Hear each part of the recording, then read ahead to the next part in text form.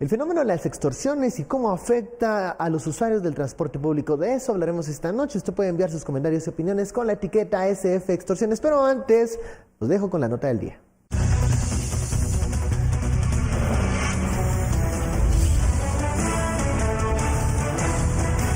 Mirna Elizabeth Juárez, apodada La Ranflerita, es la mujer de 19 años quien se le explotó el artefacto artesanal dentro del autobús de la Ruta 32. Nos dirigimos al sector donde Juárez vive. Es conocida por sus vecinos. Sin embargo, al ver la presencia de la Policía Nacional Civil y de las cámaras, prefirieron esconderse en el interior de sus viviendas. Nos trasladamos a la zona 7, exactamente a este lugar, a La Verbena, en el sector conocido como La Tortuga. Aparentemente en este lugar vive Mirna Elizabeth Juárez, de 19 años, apodada La Ranflerita.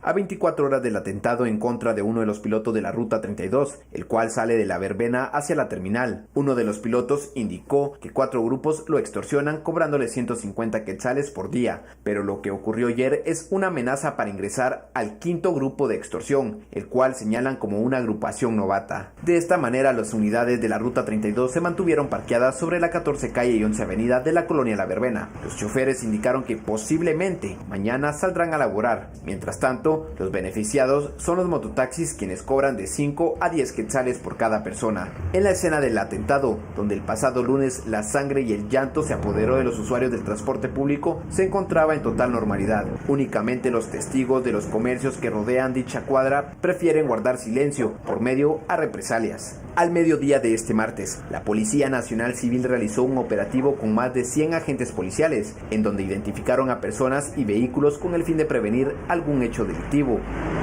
Sí, es una operación de respuesta que se estará incursionando en las principales avenidas, pero también es muy importante que se va a hacer incursiones en diferentes horarios, en los callejones de este sector de la zona 7 y diferentes zonas catalogadas como rojas.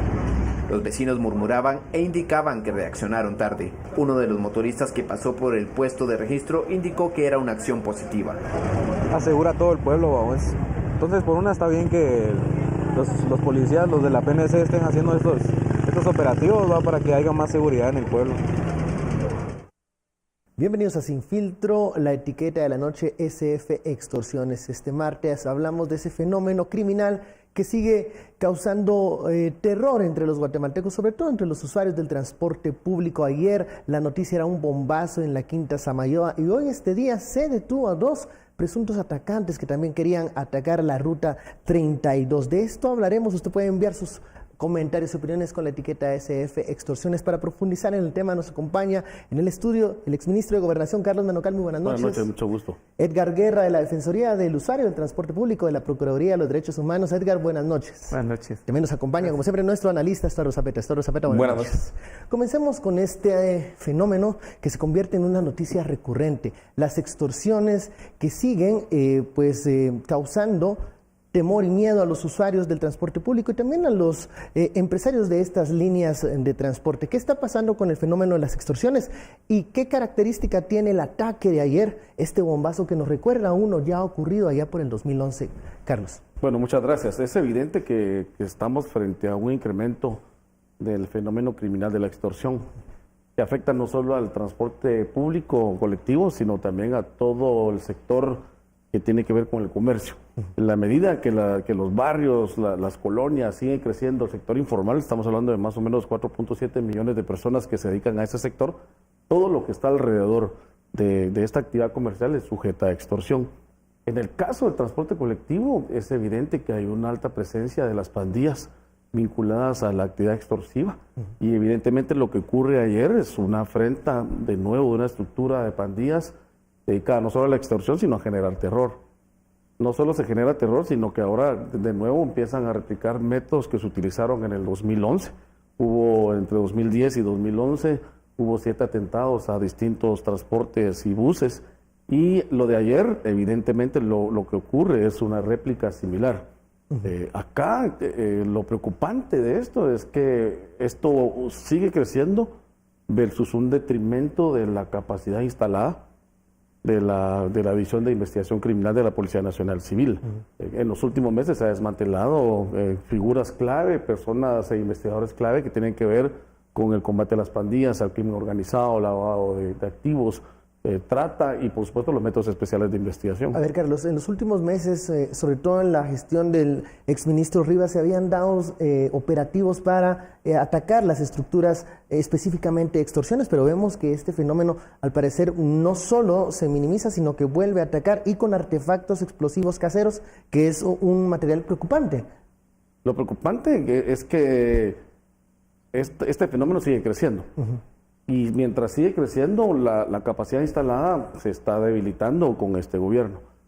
Y lo más delicado es que hay proyectos que han venido avanzando desde el año 2009, que ha provocado incluso la baja la tasa de homicidios. Y hay proyectos que también se han debilitado en los últimos 2 años. Entonces, lo que ocurre es que la ciudadanía está cada vez más enfrentando procesos criminales con una enorme desventaja. Una enorme desventaja que tiene que ver con el debilitamiento de la Policía Nacional Civil. Edgar, el usuario del transporte está en esa primera línea de peligro con este tipo de atentados. Las extorsiones no son algo nuevo para los usuarios de las líneas de transporte. ¿Qué se está haciendo para velar por la seguridad de los usuarios? En primer lugar, pues dentro de las competencias del Procurador de los Derechos Humanos está pues supervisar la administración pública. Dentro de eso se ha puesto desde ya hace más de 6 años el dedo en la llaga en cuanto al tema prioritario que es la seguridad ciudadana y que se convierte en una obligación constitucional hacia las funciones del Ministerio de Gobernación y Ministerio Público, principalmente, no digo de todo el Estado, en cuanto a garantizar el derecho a la vida y la seguridad de los guatemaltecos. Hemos estado insistentes en que ese tema debe verse con la seriedad del caso. Hoy es uno de los primeros actos, digamos, deleznables y condenables realmente en el transporte público, aunque no es fortuito como se hace ver acá. Hoy estamos viendo que hubo un ataque nuevamente, eso quiere decir que el tema persiste y ha estado incrementándose y creciendo desmedidamente, más o menos de unos 13 años a la fecha, en donde sí ha habido acciones del Estado, del Ministerio de Gobernación, por ejemplo, pero resultan pocas o escasas, insuficientes, vale decir, en relación a la dimensión del negocio criminal de las extorsiones. Storro, el exministro dice la capacidad de análisis de reacción del Ministerio de Gobernación va en descenso comparado con estos hechos delictivos. La extorsión, un fenómeno que ya venimos conociendo hace varios años y que sigue siendo uno de los flagelos de los comerciantes, de los vecinos de la ciudad. Es que el fenómeno de la criminalidad, de hecho en Ilícito, este libro magnífico de Moisés Naim, hay un principio fundamental de la criminalidad y es que siempre va delante de las autoridades, aquí y en todo el mundo. Y es porque las autoridades tienen muchas cosas que hacer, o sea, muchos campos de acción, y ahí es donde la prioridad creería yo que sería el tema central. Pero las bandas, los crímenes y aún los crimen nacional y transnacional van muy adelante porque están demasiado especializados.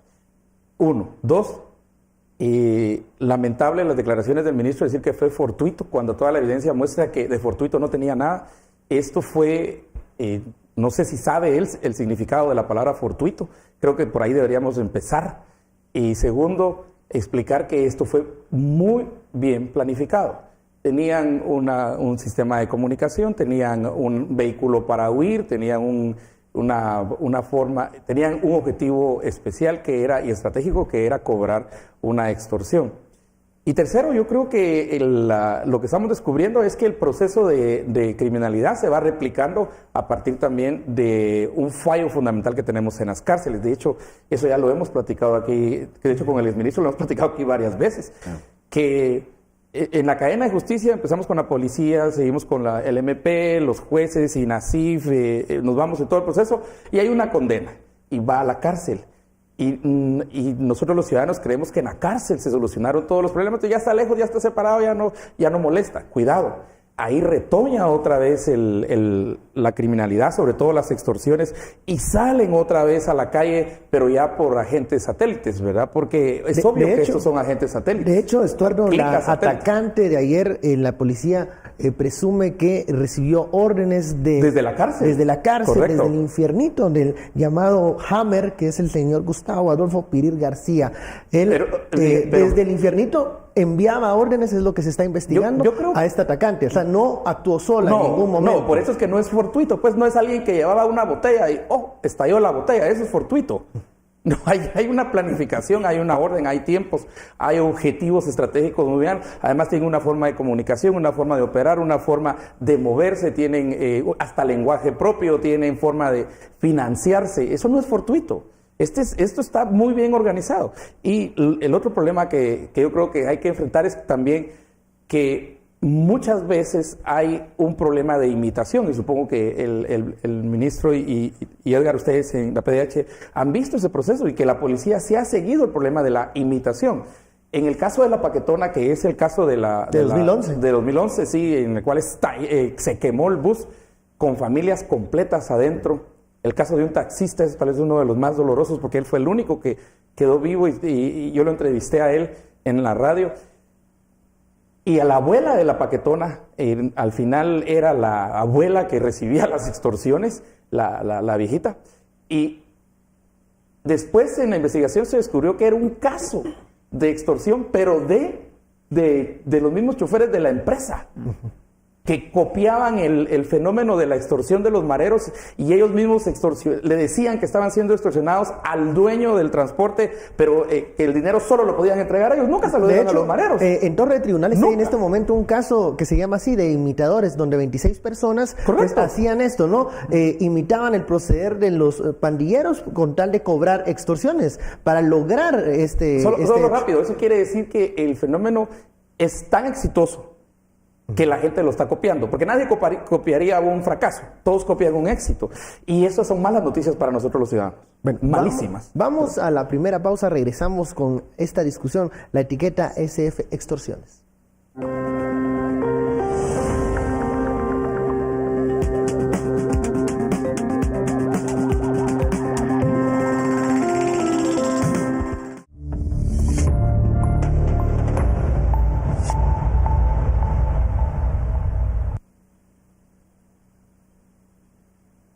Regresamos a Sin Filtro, seguimos hablando del fenómeno de las extorsiones, SF Extorsiones, por el bombazo ayer ocurrido en la Quinta Samayoa. ¿Qué está ocurriendo con estos artefactos caseros que están siendo utilizados para amenazar a los pilotos de las rutas de transporte? Hablábamos también en el bloque anterior de órdenes que emanan de las cárceles, pero también de imitadores que buscan cobrar extorsiones utilizando los mecanismos de las pandillas. ¿Cómo se debe analizar esos dos aspectos? ¿Cómo entrarle al tema de las pandillas aún, de los jefes de pandillas, mejor dicho, aún dando órdenes dentro de las cárceles hacia afuera? Bueno, hay dos formas a través de las cuales la policía investiga estos casos. La primera es que existe una división especializada de pandillas dedicadas a la extorsión, que es DIPANDA.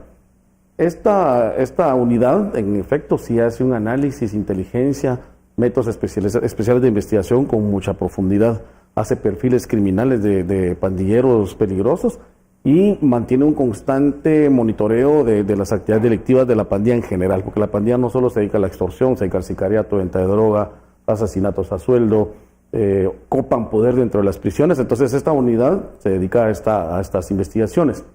En el caso de los imitadores, suena regularmente más fácil resolver el caso, porque no tienen tanta experiencia. Entonces, por lo regular caen entre la primera y la segunda experiencia de extorsión, y los teléfonos a los que estos imitadores entregan a las víctimas no tienen ninguna vinculación con la red de los análisis que tienen los teléfonos de la policía, que tienen vínculos con las pandillas. Acá lo que está ocurriendo también es que ya evidentemente hay que recordar que hace varios meses el exministro Rivas trasladó a líderes de la pandilla 18 hacia el infiernito que está en Escuintla. Y estos evidentemente ya se empoderaron, recuperaron y coparon espacios de poder dentro de la cárcel, y entonces ya empiezan a tener otro tipo de acciones. Correcto. Una de las cosas que tiene el sistema penitenciario es que justamente no tiene el recurso para ampliar su infraestructura. Ahorita estamos hablando de 23.000, 24.000 privados de libertad, en donde hay un hacinamiento de más del 300%, pero también todo tiene que ver con el sistema político perverso. Resulta que en el Congreso de la República los préstamos que en donde hay infraestructura, carreteras, y donde evidentemente en los años anteriores ya se demostró hay ciertos pagos de sobornos, estos préstamos sí caminaron. Pero hay un préstamo en el Congreso que tiene que ver para la ampliación e infraestructura del sistema penitenciario. Y este préstamo no ha caminado. El exministro era uno de los principales impulsadores a través de la cooperación internacional y nunca ha caminado este recurso. Solo para que ustedes tengan un dato, el presupuesto del sistema penitenciario es entre 600 y 700 millones de quetzales, que suena un montón de dinero, pero en realidad el 80% es para funcionamiento. La gran mayoría tiene que ver para salarios y para alimentos para privados de libertad. Entonces no hay recurso en este momento del presupuesto para poder invertir para el desarrollo de infraestructura. Con la infraestructura actual, ¿es imposible aislar a estos cabecillas? En realidad lo que Guatemala tiene son paredes con barrotes. Y en realidad lo que resguarda la seguridad en estos centros, pues evidentemente es la seguridad perimetral, que está constantemente fortaleciéndose, y no solo es del sistema penitenciario, sino también de la policía. Y del ejército. Y del ejército. El ejército y ahí es donde el ejército funciona, digamos, en esa parte de fuerzas combinadas.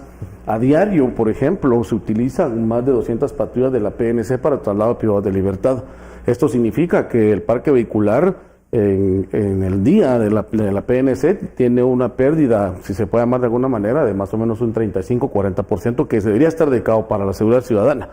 Entonces, este tipo de cosas son las que el sistema, el Congreso, los partidos políticos deben de entender, atender y trabajar de manera urgente este tipo de recursos. Hablando de la infraestructura del sistema penitenciario, Estuardo lo expresa como el caos penitenciario, donde nadie tiene control de las cárceles.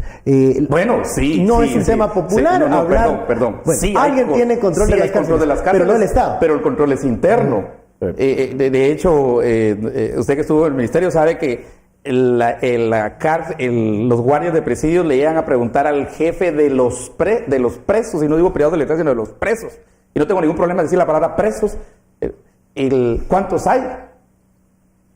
Y ha habido casos, existen casos en los cuales han sido apresados pandilleros precisamente que en teoría están en la cárcel y han sido apresados en la calle.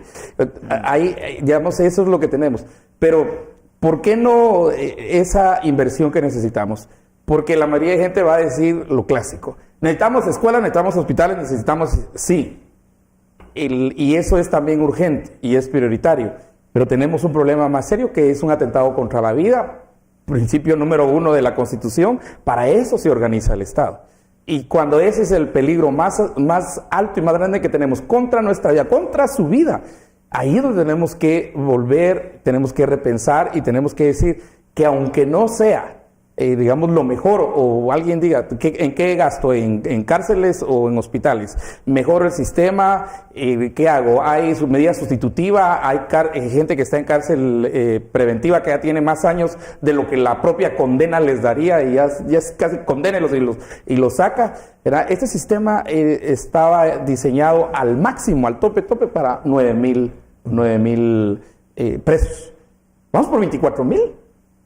Ya no hay manera de controlar es imposible. A los reos no en se esas puede. condiciones. Entonces los reos, y ese es un fenómeno que se estudia en antropología y en zoología, que las especies cuando se sienten encerradas, no solamente algunas, digamos, se atacan, pero otras se unen. Y esa es una cuestión en la que la sobrevivencia de unos depende de la sobrevivencia de otros. Y su sobrevivencia no está dentro, su sobrevivencia está fuera. Bueno. Y tienen todavía contactos, tienen familia, tienen el uso de teléfonos satelitales. O sea, no es el vil y cruel teléfono que utilizamos nosotros. Estas cosas que utilizamos nosotros. Hay una infraestructura mayor. Otra vez, principio fundamental, la delincuencia siempre va pasos adelante de las autoridades, y las autoridades tienen que dedicar inversión a inteligencia también. Ser más estratégicos. Mientras no se resuelve este problema, las líneas de transporte son las que afectadas. Hacíamos en el corte un repaso de las líneas, digamos, rojas, donde es usual este cobro de extorsiones, en donde los pilotos ya han denunciado este tipo de hechos, pero pareciera que no se le está prestando atención. Sí, cabal, es histórico, aquí no es nada fortuito. Esto viene documentado estadísticamente y hay cantidades de rutas de transporte colectivo, ya parece letanía lo que uno dice, y es para enviar el mensaje a los tomadores de decisiones en este país para que hagan lo correcto, para darle seguridad, garantizarle en la medida de lo posible dedicar recursos importantes para el tema tan prioritario como lo puede ser la seguridad ciudadana, el resguardo de la vida de los guatemaltecos. Aquí estamos viendo que hay rutas como la 1, la ruta 3, la ruta 32, 36, 37, 40R, la 40R, la 203, 204, la 70, entre otras, que esas son las, ya el mapa está hecho, o sea, lo único que necesitan es voluntad, ya que no tenemos ni tan siquiera una política de gobierno, mucho menos una política de Estado. El Estado está fallando, la clase política también le está fallando al pueblo de Guatemala. Y es momento de recapacitar, hacer una pausa y ver qué es lo que se está haciendo mal. Eso de fenómeno de las extorsiones está creciendo de una manera desmedida y realmente los grandes paganos es la población guatemalteca, cerca de 6 millones de guatemaltecos que a diario utilizan el transporte público a nivel nacional y que tienen terror o temor de viajar en un autobús. Hemos visto que algunos pilotos han tomado medidas en momentos en donde esto se exacerba, ¿no? Paran el servicio, hemos visto en algunos sectores en donde no van a salir hasta que se garanticen medidas de seguridad. ¿Pero qué está pasando con eso? ¿Se da la seguridad por un momento y luego bajan la guardia? ¿Por qué vuelve a suceder el fenómeno de la extorsión? Los pilotos y transportistas en su derecho ejercen medidas de presión.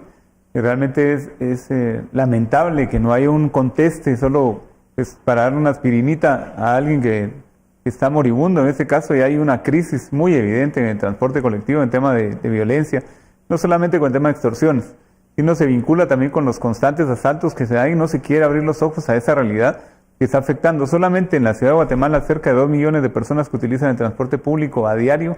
Me refiero a buses rojos y microbuses, tuk-tuk, bicitaxis, y que realmente se convierte en una pesadilla y por eso trae o acarrea otro tipo de problemas como es el tránsito, que tal vez uno dirá, bueno, ¿y qué tiene que ver la delincuencia con el tránsito?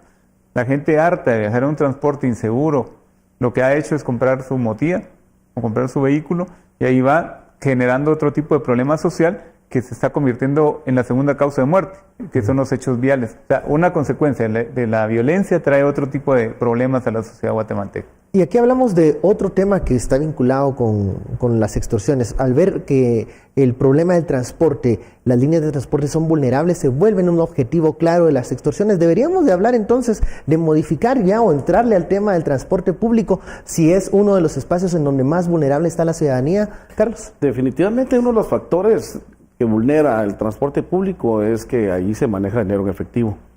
Y eso es altamente atractivo para todo criminal, no solo para las pandillas. Aunque suene un poco dramática la historia, creo que Transurbano tuvo una primera experiencia entre el año 2009 y 2010 en el sistema de manejo del recurso. Se destinó 240 millones del subsidio, que es más o menos lo que se destina todos los años para el transporte público, y la idea era la adquisición de molinetes para transparentar el subsidio, para contar cuántos pasajeros se usaban y en buena medida quitarle el recurso y el dinero al piloto. En la experiencia de Transurbano en la zona 18, en El Paraíso, que era la colonia muy violenta donde ocurrían más asesinatos de pilotos, es que en el 2010 y el 2011 hubo un solo atentado y que evidentemente no hubo muertos de pilotos en esos 2 años. Ya todos conocemos la historia, el recurso del subsidio se malutilizó y se destinó a campaña electoral y al partido político, pero lo que sí se tiene que hacer es que todo sistema de transporte colectivo en el mundo tiene cierto subsidio, y esto hay que reorientarlo, redestinarlo y fiscalizarlo. Porque al fenómeno de la extorsión, el temor de que asesinen a los pilotos, el temor de que asalten, el temor de que asesinen a los pasajeros, hay que agregarle otro drama. Y es que a partir de las 5 de la tarde, ya el Transurbano y cualquier bus ya le cobra 5 quetzales al pasajero y la tarifa es otra. Entonces, el subsidio que el Estado da está siendo destinado, no tiene sentido, porque no está siendo fiscalizado. Entonces la gente está pagando ese drama y lo está pagando con creces. Lamentablemente fueron 420 millones de quetzales al año de subsidio en los últimos 6 años. Fue una cantidad de dinero que se pudo haber utilizado, digamos, para modernizar verdaderamente el modelo de transporte que tenemos en Guatemala. Un caso que no ha tenido o no ha registrado al menos públicamente ningún caso de extorsión es el Transmetro, por el tipo de sistema que es. no se trata de descubrir el agua azucarada, eso ya lo hicieron en Colombia, ya lo hicieron en Brasil. Se trata de emular lo positivo, lo que pueda resguardar la vida y mejorar la calidad, las condiciones del pueblo de Guatemala. Hoy tenemos a nivel nacional uno de los, no solamente el transporte, me refiero a buses rojos, sino también incluido transurbano, que en su momento sí fue una propuesta muy importante, sino el transporte exurbano y urbano departamental, que el transporte en este país está en crisis y no se quiere ver la realidad. Hoy por hoy solo hay 5 millones de quetzales destinados durante 3 años consecutivos, producto de la mafia que surgió alrededor de la cantidad de más de 4.000 millones de quetzales en subsidio entregados de la década de los años 70. Pero Edgar, entonces el sistema está en crisis, pero hay un sector que está ganando de esa crisis, de ese río revuelto. Ya lo mencionaba el exministro, en su momento fue interesante el proyecto de Transurbano. ¿Qué sucede luego de las 5 de la tarde con los usuarios del transporte, en donde tienen que pagar más por utilizarlo? Si a eso le sumamos la utilización de líneas pirata o que no están autorizadas, que también en la noche ya entran a utilizar, ¿en qué estado está el guatemalteco que utiliza el servicio de transporte público? Mira, primero hay que notar que cuando decimos crisis no nos referimos solo a la capital, por favor. Nos referimos a una crisis enorme también en Quetzaltenango, también en Cobán, también en Chiquimula, también digamos en diferentes lugares. Y en la costa, ¿verdad? Uno va al norte también. En Chimaltenango, ya eso todo el pueblo lo sabemos, que yo soy de Chimaltenango, que los tuk-tuk básicamente son un sistema de inteligencia de las maras. ¿Y por qué llegaron las maras a Chimaltenango? Porque en el sistema penitenciario se les ocurrió pasar mareros de aquí, para que no molestaran aquí, a Chimaltenango. Y los mareros se fueron con toda familia y se fueron con todo, y hasta hicieron cementerios de sus propios patios, porque mataban gente y los enterraban ahí. Eso los chimaltecos lo sabemos. Pero agarraron el sistema de tuk-tuks. Y entonces, ahí es donde, cuando uno va viendo cómo se va estableciendo las extorsiones, por ejemplo, ese sistema es un sistema maligno. Yo vivo en la zona 18. En la zona 18 tenés razón en el término de los piratas. Se generó los micros, ¿verdad? Sí. Y esos micros, ahí van, el busito tal vez es para, no sé, ha de ser para 15 personas. 18, ok. Van 50 dentro, ¿verdad? Y van a toda velocidad y les cobran 5 quetzales, pero ahí va la gente. Porque contra eso, el transporte tiene demanda. Esa es una demanda fundamental. La oferta, porque desde el lado que estamos hablando ahorita, la oferta es la que tiene que repensarse. En Shela hicieron en administraciones anteriores algo muy interesante, liberaron las rutas. Y yo no sé si un problema también es rutas. El monopolio de las rutas no solo es el monopolio que se le da, porque a los buses hay que decirlo, se les da el bus, no se les cobra impuestos, se les da subsidio para el diésel, y tienen exclusividad de ruta. Es un negocio, y aún así dicen que es mal negocio, ¿verdad? Entonces, vamos a la pausa, hacemos una pausa, etiqueta SF Extorsiones, regresamos con más.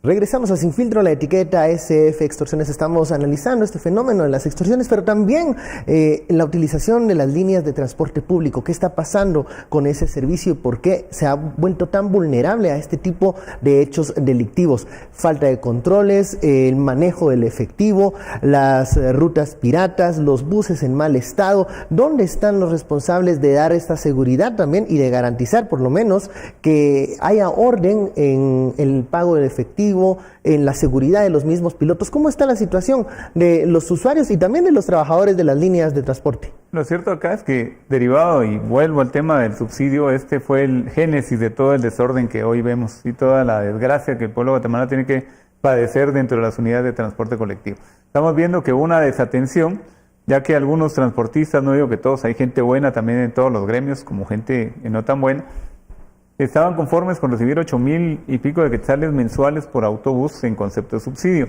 Ya cuando se desentienden del manejo de los autobuses, principalmente rojos, empiezan a dar en arrendamiento las unidades de transporte público, de 300 a 700 quetzales diarios por arrendar el autobús. Y esto todavía termina de descomponer el sistema ya que se desatienden de la contratación del piloto, que primero tenía su relación laboral, ya después fue una relación mercantil, en donde el piloto le tenía que pagar al dueño del autobús. Esto degeneró también en la subcontratación, si se le puede llamar así, por parte del piloto, hasta de 3 o 4 ayudantes, eso lo vemos a diario en los buses, fumando marihuana, ingiriendo bebidas alcohólicas, tratando mal al usuario. O sea, ayuda al piloto a extraerle las cantidades, que es lo que vamos, el punto, digamos, el meollo del asunto, que los paganos de las extorsiones son al final los usuarios que tienen que pagar 5 o 10 quetzales o hasta 15 por subirse en un autobús rojo o en microbús. Entonces ahí viene a rebotar, o lo pagan con la vida o lo pagan con dinero.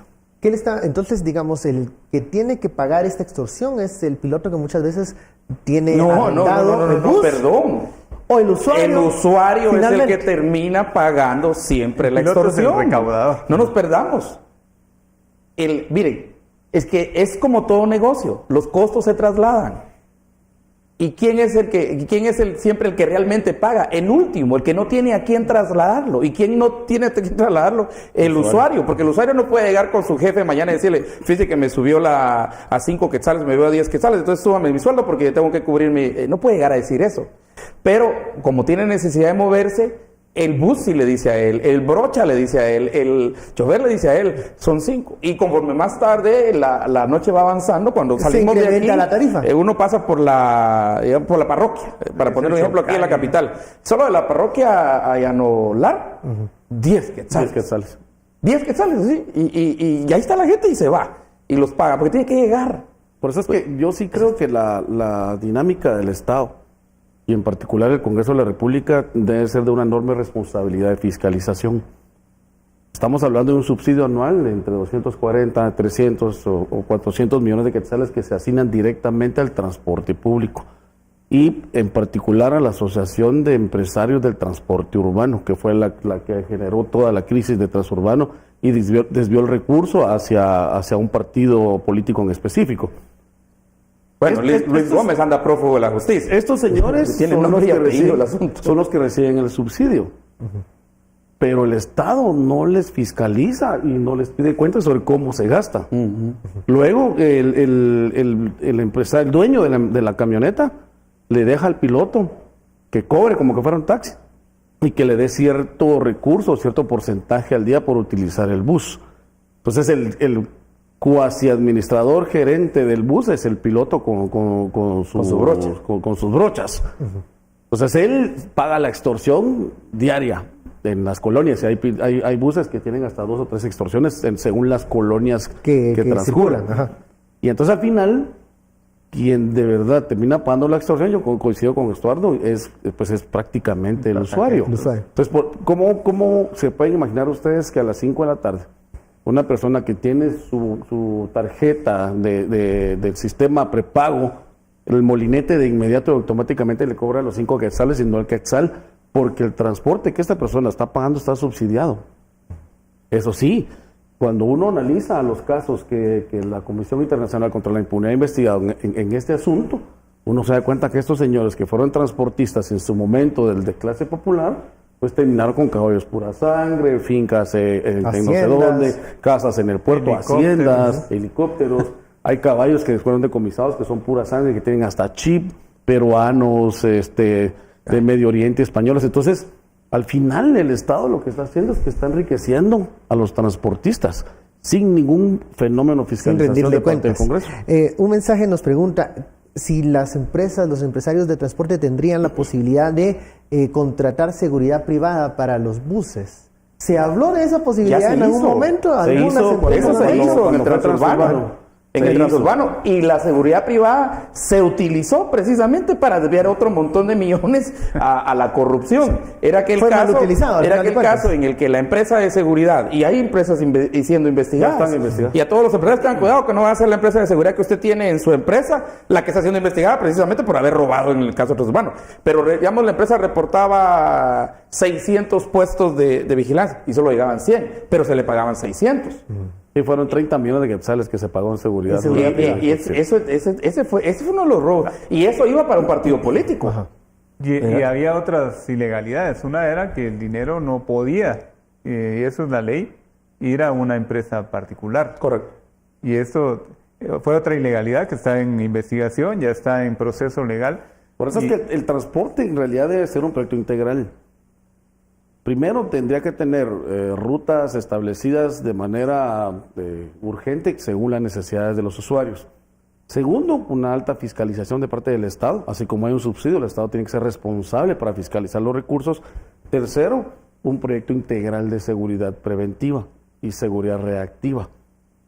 Es la única manera que esto funcione y definitivamente yo estoy convencido de que el subsidio definitivamente no está llegando a la ayuda del usuario, sino está llegando a la ayuda de pocas manos, que son los empresarios. A ver, el Transmetro también recibe un subsidio. ¿Lo está haciendo mejor la comuna? Pues la percepción de la población, la opinión de la gente, cuando uno pregunta, tanto en buses rojos, en Transurbano, en Transmetro, tiene una alta consideración positiva en cuanto a Transmetro, en donde no han habido tampoco extorsiones. En contraposición, sí hubo 2 ataques, 3 ataques, de hecho, Transurbano en el inicio de operación de ellos. Perdió la vida un piloto que se negó a recibir un teléfono.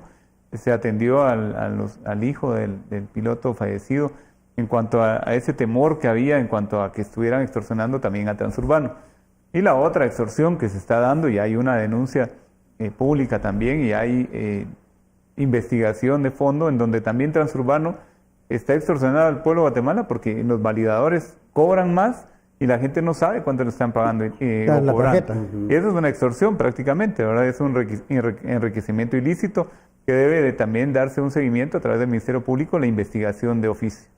¿Qué está pasando cuando...? Solo una pregunta. Entiendo que son 6 millones de subsidio al Transmetro. ¿Cuánto es el subsidio al Transmetro? Porque ese número... 150 millones 150 millones. 150 millones al año. Sí, pues, es mensual, era la cosa. Es un fondo, pues, no solamente para el tema de los autobuses, sino también para el mantenimiento de la red de señalización. Es más amplio, ¿verdad? Pero eso es un monopolio, porque si no, no hubieran podido... jamás habrían quitado la vía exclusiva. Claro. Lo cual generó otro problema. Ese es un problema. Decías al principio, la gente pues compra su moto o su carro con una vía menos. Y ahora que hubo y los del sur, los de Villanueva, los que vienen de la costa, los de Escuintla, Mazate, Reu, sufrieron horas y horas ese fenómeno cuando hubo... Se construyó el... No, ahorita que se cayó, que hubo la caída ahí en la entrada de Villalobos para este recurso se maneja, si bien digamos el Estado lo traslada a la municipalidad capitalina, también ocurre otro fenómeno que también ha sido pues ya de mucho debate, que es el tema del fideicomiso. Pues ahí no se tiene con certeza, ahí sí no se tiene la certeza de qué se hace, cómo se hace, qué se ejecuta.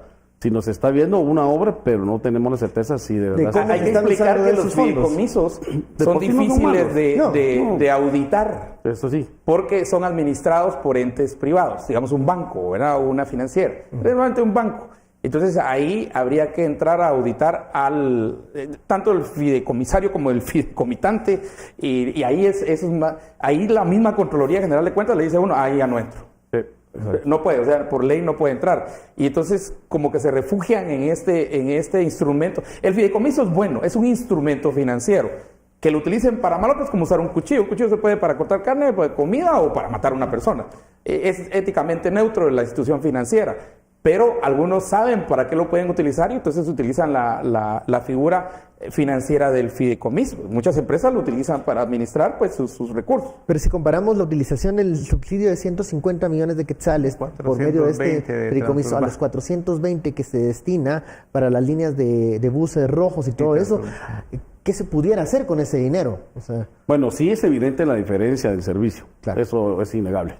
Lo que sí creo yo es que con tantos años de asignar subsidio de los años 70, que es cuando empieza toda la crisis del transporte, recordaremos los que tenemos ya una edad que estudiamos en el conflicto armado interno, el famoso 10 y 15, ¿no? que generó incluso un conflicto social muy fuerte. El último conflicto fue en el gobierno de Alfonso Portillo, que intentó incrementar la tarifa del transporte. Entonces ya hay varios años en donde sí, con todo lo que se ha perdido, pues evidentemente Guatemala tuviera un transporte de lujo. Y algo importante que hay que señalar de los actores políticos. que como que fueron confabulándose o arreglando la situación cada año, cada 4 años, cada gobierno, y pasó el subsidio en los años 77 más o menos de 300,000 quetzales mensuales a 35 millones de quetzales últimamente al mes. O sea, estamos hablando... Hay que ponerle mucha atención al tema de los actores. También en el valor de quetzales de ese tiempo, ¿verdad? Aún así es porcentualmente muchísimo. Digamos, poniéndolo 300,000 al 5, al 8, no llega a 35 millones de quetzales mensuales. O sea, ahí probablemente hubo un reparto. Hicieron piñata pues, de dinero del pueblo. Sí, porque el parámetro clásico de subsidio, de crecimiento de subsidio, tiene que ver tanto con la demanda, pero también principalmente con la inflación. Con la inflación. Ese es el parámetro. Hacemos una pausa, vamos a un corte de la etiqueta SF Extorsiones, regresamos con más.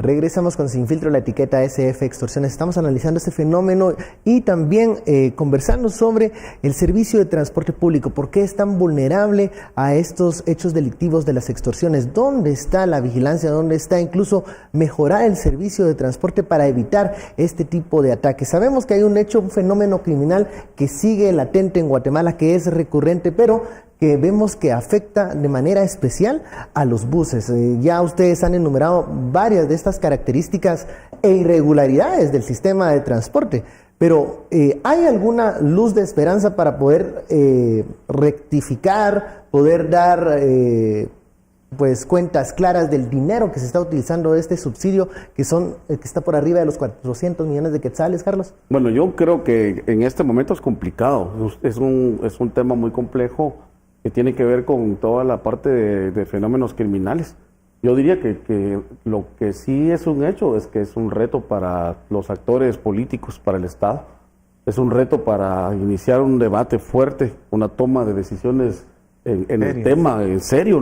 Y yo coincido con Edgar, no solo es la capital, sino es todo el sistema en general. No hay ni siquiera supervisores en el Ministerio de Comunicaciones para poder ver el tarifario de los transportes extraurbanos. Todo tiene que ver con sobornos, las licencias. Entonces creo que sí es un reto. El tema del transporte público, colectivo a nivel nacional es un debate que debería estar en este proceso electoral. Yo creo que cualquier candidato presidencial al Congreso o alcalde debería de tenerlo prácticamente como uno de sus 4 puntos importantes por resolver a nivel nacional y a nivel local. Yo, como está ahorita las condiciones, veo que este fenómeno de la extorsión seguirá creciendo. El fenómeno de la deficiencia en el transporte, la logística, seguirá siendo defectuoso y evidentemente el usuario será el más afectado. Si el usuario regularmente en su vida cotidiana resulta afectado, cuando ocurren estos atentados resulta doblemente afectado, porque ya no es el busito o el tuk-tuk que lo cobra 10, sino que ya son los pick-up emergentes, los fleteros los que le cobran 20 para llegar a su casa o para llegar al trabajo. Entonces sí es un fenómeno muy, muy complicado, complejo, pero creo que sí es un enorme reto para que la clase política pueda discutirlo en esta coyuntura, en este contexto de propuestas. A ver, Carlos, va a ser muy importante, creo que en este evento electoral, en esta temporada electoral, poder debatir de ese tema, pero hoy en la noticia de la mañana de estos presuntos atacantes que fueron detenidos, resalta que ya tenían antecedentes penales, o sea, ya habían tenido conflictos con la ley. No son personas ajenas, no son nuevos en este tipo de actos delictivos. Y eso frustra a la población porque dicen, o sea, no solo se detuvo el acto, pero eran personas que ya tenían un historial. Mire, no solo a la población, sino también a las propias fuerzas de seguridad. Hay casos evidentes y evidenciados en donde lo que le ocurrió al hijo del diputado, digamos, en ese tipo de abuso de autoridad, ese tipo de complacencias del sistema para este muchacho que transgredió la ley, que tenía que verse cómo se velaba su debido proceso. Y lo mismo ocurre con los fenómenos de las pandillas. Los abogados de las pandillas ya son grandes cuates de los jueces. Nosotros tuvimos una situación muy complicada en el año 2011, cuando hubo una ola de atentados en donde un viernes, día de pago, a eso de las 6 de la tarde, los atentados ocurrieron en la parroquia, en la calle Batres, en la calle Martí, en arterias principales. Y resulta que el juez de Misco, por ejemplo, en ese entonces, no sé si será el mismo, no recuerdo el nombre, el juez de Misco procesa a estos señores vinculados con la pandilla y los procesa por riña tumultuosa. Y los liberan bajo medida sustitutiva. Y los agarran con 3 armas que le habían robado a la policía de Misco. Eso me recuerda a aquel caso, ¿te acuerdas, Estarro? De aquellos también presuntos pandilleros que fueron detenidos en Misco, por cierto. A los 4 los soltaron. Y que la jueza en esa ocasión incluso llamó la atención le hizo un llamado al Ministerio Público, la última, le hace un encomio, así, una recomendación al Ministerio Público que por favor la próxima vez ponga mejores fiscales. Que eso lo pueden hacer los jueces, porque no llevaban suficiente evidencia. El caso estaba tan débil. Pero el resultado es que salen en libertad de estas personas. Como a las 2 semanas agarran a uno de los patojos. Así es. Asesinando a unos ciudadanos.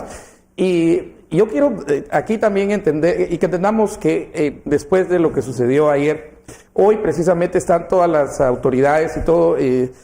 no es sutil como lo están haciendo bastante visible, están deteniendo cuanta moto encuentran. Tenían motos paradas en la parroquia, yo sé que están por Roosevelt, están por diferentes lugares. Obvio que están buscando al cómplice de la persona o la mujer, la joven, porque en realidad 19 años, él tenía pues el encargo. Y ahora creo que ahí las autoridades van a tener que empezar, pero ese es reactivo. Otra vez regresamos a qué hacemos para que eso no suceda.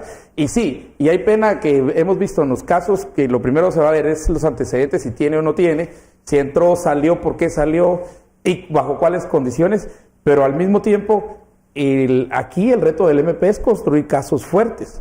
Miren, este no es problema de la policía ya los agarró y los entregó. Este no es problema de los jueces, el juez tiene que decidir sobre la evidencia. Nosotros tenemos un sistema que está basado en el expediente. Si el expediente es débil, el juez no le puede alegar al juez lo que sea, pero no hay evidencia y ese caso de estos 4 patojos, 4 pandilleros, fue muy visible. Y ahí explicaba y hasta se publicó las razones por las cuales la juez dejaba... Entramos a la etapa de las conclusiones, el tema de extorsiones y utilización de buses públicos. Yo creo que tenemos un problema en el monopolio de rutas. ¿Qué tal si empezamos a pensar en soluciones de mercado? Por ejemplo, ¿por qué no se liberan las rutas? ¿Por qué las rutas tienen que ser un monopolio? Y las rutas son la información principal que tienen los extorsionistas.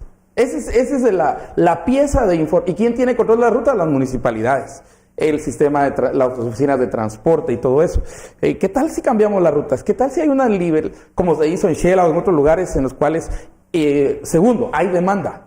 Hay demanda porque los micros son una fuerte signo al mercado que hay una demanda. Tercero, no solo a nivel de la capital. ¿Cómo le ha salido transportes paralelos a, por ejemplo, el transporte de Guatemala-Cobán, Cobán-Guatemala? Shela, Guate o Huehuetenango, y han salido también todo ese sistema de transportes más pequeños, y que entre más pequeños son más, y es más difícil para los delincuentes estar controlando tanto, porque controlan a los que ya tienen rutas predeterminadas. Sí. Y yo creo que, por último, para mí sí es fundamental aquí que la inteligencia, si se va a hacer inversión, empecemos por hacer inteligencia, pero no olvidemos que en la cadena de justicia volvemos a caer otra vez en las cárceles, y la inteligencia debe empezar también por las cárceles, que yo creo que error de nosotros los guatemaltecos creer que alguien en la cárcel ya aquí está, ya se quedó el problema y ya el problema solucionado. No, el problema retoña en las cárceles y crece más fuerte. Edgar, conclusiones por este tema de extorsiones. Le hemos dado seguimiento a eso hace varios tiempo y se ha estado insistiendo en las municipalidades, como bien decía Estuardo, principalmente en la que tiene más uso de tema de transporte público. Ya Guatemala ya es un evidente fenómeno de macrocefalia, ese crecimiento desmedido, descontrolado en algunos de los momentos, en algunos servicios como es el transporte público, y ya se ha dado seguimiento. Ellos están en un proyecto de nueva licitación de las rutas de transporte, o sea, a empresas y ya no a personas individuales que se organicen realmente, que tengan capital para poder asumir ese reto que es el transporte colectivo, y ese letargo derivado de la corrupción en el transporte a través del subsidio que vino a perjudicar aún más. Yo creo que sería bueno apostarle a esta solución, como en su momento se apostó con Transurbano, que lamentablemente había líderes dentro de esa organización que no lograron cuajar muy bien el proyecto, que en presentación PowerPoint o en papel se miraba muy bien, pero en la práctica no supieron darle la oportunidad al pueblo de Guatemala. Ahora se tiene nuevamente una oportunidad. Lo lamentable sería que fracasara. Yo le apuesto a que primero eso iba a funcionar, porque si no la población se va cansando de esas propuestas que probablemente puedan surgir y que al final fracasen. Ojalá. Carlos. Yo definitivamente creo que el sistema de inteligencia tiene que estar en alerta máxima. Definitivamente hay un fenómeno que está creciendo, que tiene un camino entre la extorsión, la pandilla y aquellos grupos emergentes o que imitan a las pandillas en esos capítulos de incidencia criminal. Definitivamente creo que la Policía Nacional Civil tiene que fortalecer sus investigaciones. Hay un enorme reto para el sistema político, para los políticos, para el Estado, para discutir, para asumir, para fiscalizar y para reorientar el recurso que está destinado para el tema del subsidio.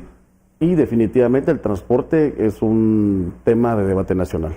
Bueno, ojalá así sea en estos próximos meses, que sea un debate que los ciudadanos puedan exigirle a los candidatos. Muchísimas gracias, Edgar. Carlos, muchas gracias. Estorro, por esta conversación. A usted muchas gracias por su sintonía y preferencia. Esto fue Sin Filtro. Feliz noche. Nos vemos mañana.